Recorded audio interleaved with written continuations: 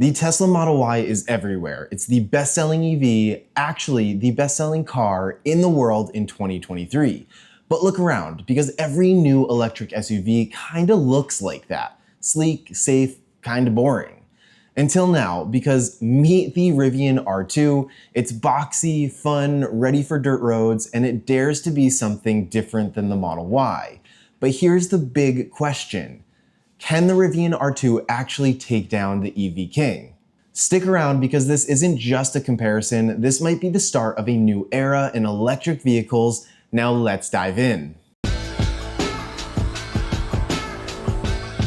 First up, the Rivian R2. Rivian entered the EV game with the R1T and the R1S, big, premium, adventure-ready EVs, but the R2, this is a play for the mainstream. It's smaller, simpler, and way more affordable, starting at $45,000. It's expected to launch in early 2026 with up to 300 miles of range and options for single, dual, and even tri-motor setups. And the design, well, it's boxy, it's charming, and has those iconic Rivian Stadium headlights. What else can you expect? You've got a powered rear glass hatch, pop-out quarter panel glass, clever storage solutions that seem never-ending, and a frunk which is made for real-world utility, not just city commuting. Now, let's talk about the benchmark, the Tesla Model Y, because this isn't just Tesla's best-selling vehicle, it was the best-selling car in the world in 2023, and that's not by accident. The Model Y is the product of years of refinement.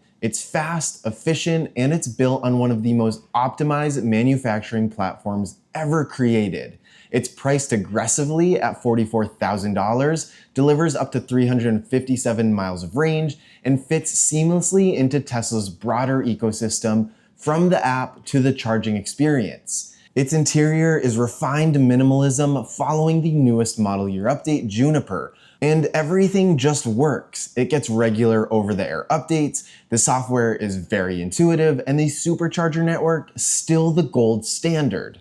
The Model Y didn't win by being flashy, it won by being absolutely everywhere, and by making the EV experience as smooth and accessible as possible. So on one side, you've got the undisputed heavyweight, a vehicle that's conquered the EV space through pure scale and efficiency. On the other hand though, the R2 is a newcomer with real personality, big ambitions, and a different vision for what an electric SUV can be. So let's actually break it down. Let's kick things off with design, and more importantly, the identity. Because the Tesla Model Y is sleek, simple, and familiar. It's got that clean, bubble-smooth silhouette that Tesla's been refining since the Model 3.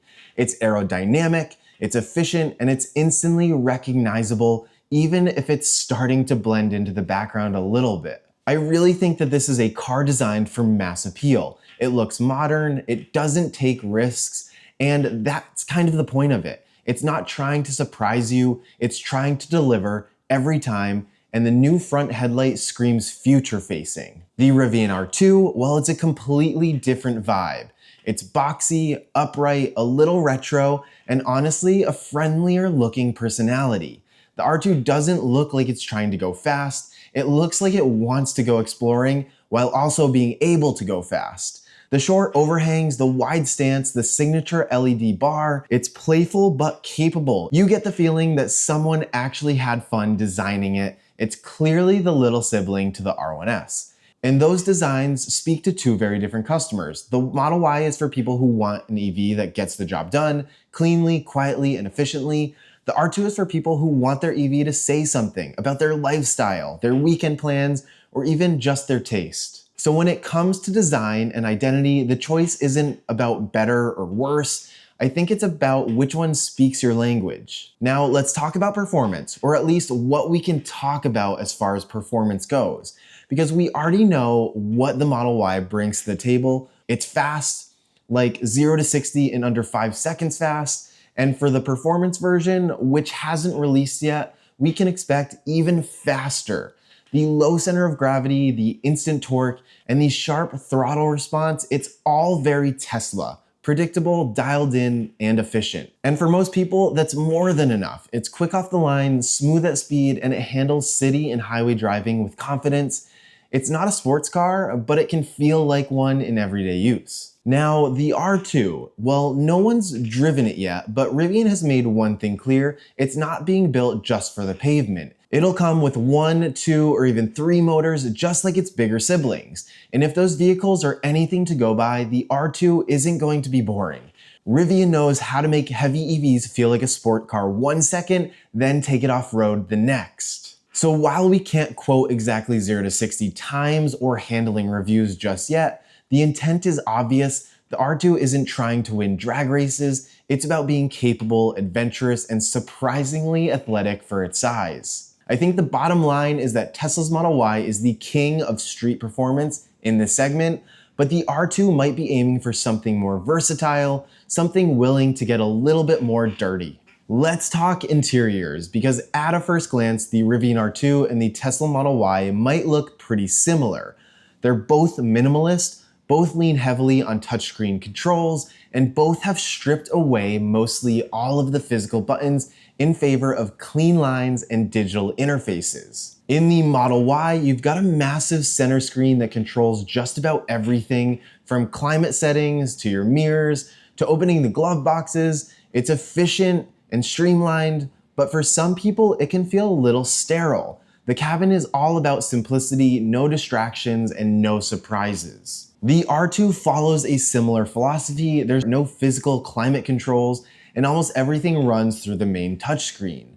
But Rivian approaches minimalism a little differently. Where Tesla's interiors feel cold and tech-driven, Rivian's feel warmer and more human. The design uses earth tone materials, softer textures, and a rounded geometry that makes the space feel inviting instead of clinical. It still feels modern, but it also feels like it's trying to erase the idea of a car. The new steering wheel also adds a bit more character with haptic controls and a more playful layout. It's not a revolution in UX, but it reinforces Rivian's attention to detail and brand personality. So yes, both brands are chasing the same minimalist, screen-forward interior philosophy, but one feels a little bit more Silicon Valley, the other like a cabin in the woods with Wi-Fi. Let's talk about charging, and here's the surprising part: there's no real advantage anymore. Tesla used to dominate this space thanks to its proprietary Supercharger network, and for years that was a major reason to go with the Model Y over anything else.